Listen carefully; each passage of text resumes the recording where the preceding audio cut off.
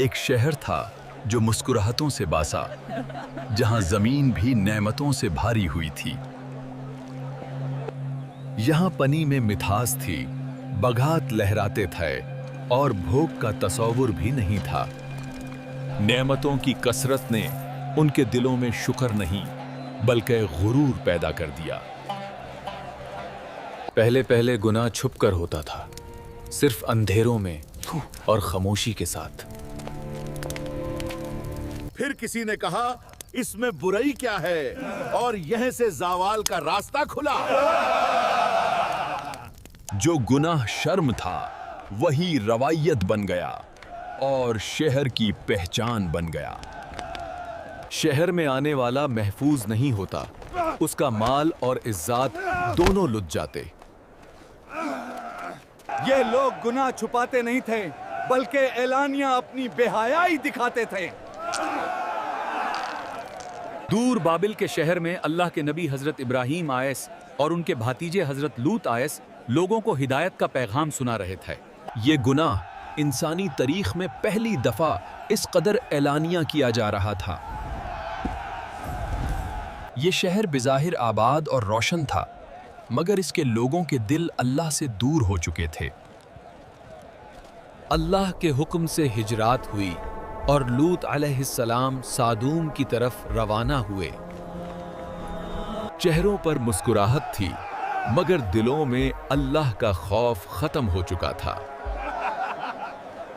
انہوں نے فطرت چھوڑ دی اور خواہش کو اپنا معبود بنا لیا۔ یہ گناہ انسانی تاریخ میں پہلی دفعہ اس قدر اعلانیہ کیا جا رہا تھا۔ حضرت لوط نے کہا میری قوم اللہ سے ڈرو، یہ راستہ تباہی کا سبب ہے۔ ہم کسی نبی کے پیغام کے محتاج نہیں۔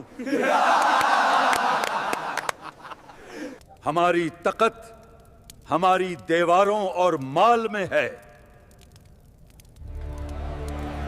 اے میری قوم، تم اللہ سے کیوں نہیں ڈرتے؟ میں تمہیں وہ راستہ دکھا رہا ہوں جو تمہارے لیے نجات کا سبب ہے۔ لوگ کہتے اگر سچ ہو تو عذاب لے آؤ جس سے ہمیں ڈراتے ہو۔ مہلت گزرتی رہی، لیکن دل اور زیادہ سخت ہوتے چلے گئے۔ نبی دیکھ رہے تھے کہ یہ قوم ہدایت سے کتنی دور جا چکی ہے۔ Finally, the prophet's patience gave way, and he called upon Allah. یا اللہ، اس فسادی قوم کے مقابلے میں میری مدد فرما۔ انہیں کیا معلوم تھا کہ اس دعا کے ساتھ ہی فیصلے کی ہوا چل پڑی۔ شہر وہی تھا، لوگ وہی تھے، مگر اللہ کی نظر میں وقت ختم ہو چکا تھا۔ یہ سادوم کی آخری پرسکون رات تھی، جس کے بعد کچھ بھی پہلے جیسا نہیں رہنا تھا۔ نبی کا دل گواہی دے رہا تھا کہ اب اللہ کا فیصلہ قریب ہے۔ ہوا کا لہجہ بدلنے لگا، جیسے قدرت خوہ کسی باڑے لمحے کا انتظار کر رہی ہو۔ یہیں سے وہ رات شروع ہوئی جو سادوم کے لیے آخری رات بننے والی تھی۔ یہیں سے وہ رات شروع ہوئی جو سادوم کے لیے آخری رات بننے والی تھی۔ اس رات بابل میں حضرت ابراہیم کے پاس کچھ اجنبی مہمان بن کر آئے۔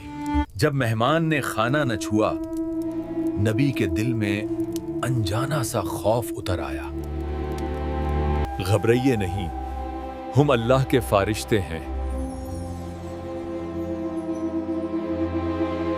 پھر فرشتوں نے حضرت اسحاق کی ولادت کی بشارت دی اور اللہ کے نبی حضرت ابراہیم کا چہرہ شکر اور مسرت سے روشن ہو گیا۔ ہم ایک فسادی بستی کو تباہ کرنے جا رہے ہیں۔ حضرت ابراہیم نے رحمت کے ساتھ پوچھا، اگر وہاں کچھ نیک لوگ ہوئے تو؟ لوط اور ان کے گھر والے محفوظ رہیں گے،